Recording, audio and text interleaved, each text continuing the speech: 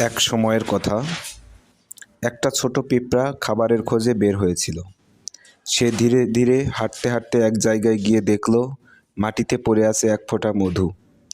মধুর ঘ্রাণ এত মিষ্টি যে সে পিঁপড়াটা খুব খুশি হয়ে গেল। পিঁপড়াটা ভাবল, আহা, এত মজার খাবার, আজ তো আমার ভাগ্য খুলে গেছে। সে একটু একটু করে মধু খেতে শুরু করলো। মধু এত মিষ্টি লাগছিল যে সে থামতেই পারছিল না। কিছুক্ষণ পর পিঁপড়াটা ভাবলো, আরেকটু খাই, এত ভালো জিনিস আবার কবে পাবো। সে আরও খেতে লাগলো।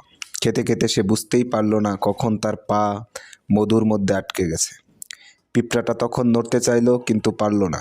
সে অনেক চেষ্টা করলো, কিন্তু মধু তাকে শক্ত করে আটকে ফেলেছে। তখন পিঁপড়াটা বুঝলো অতিরিক্ত লোভের কারণে সে বিপদে পড়ে গেছে। কিছুক্ষণ পর সে আর বের হতে পারল না। মধুর মধ্যেই তার জীবন শেষ হয়ে গেল। এই ছোট গল্প আমাদের একটা বড় শিক্ষা দেয়। দুনিয়ার অনেক জিনিস মধুর মতো আকর্ষণীয় মনে হয়। টাকা, সম্পদ, ক্ষমতা, ভোগবিলাস, এগুলো মানুষের কাছে খুবই লোভনীয়। কিন্তু যখন মানুষ সীমার বাইরে গিয়ে লোভ করতে শুরু করে, তখন সেই লোভই এক সময় তাকে আটকে ফেলে। লোভ মানুষকে ধ্বংসের দিকে নিয়ে যায়, আর সংযম মানুষকে নিরাপদ রাখে। তাই আমাদের উচিত যা প্রয়োজন শুধু সেটুকুতেই সন্তুষ্ট থাকা।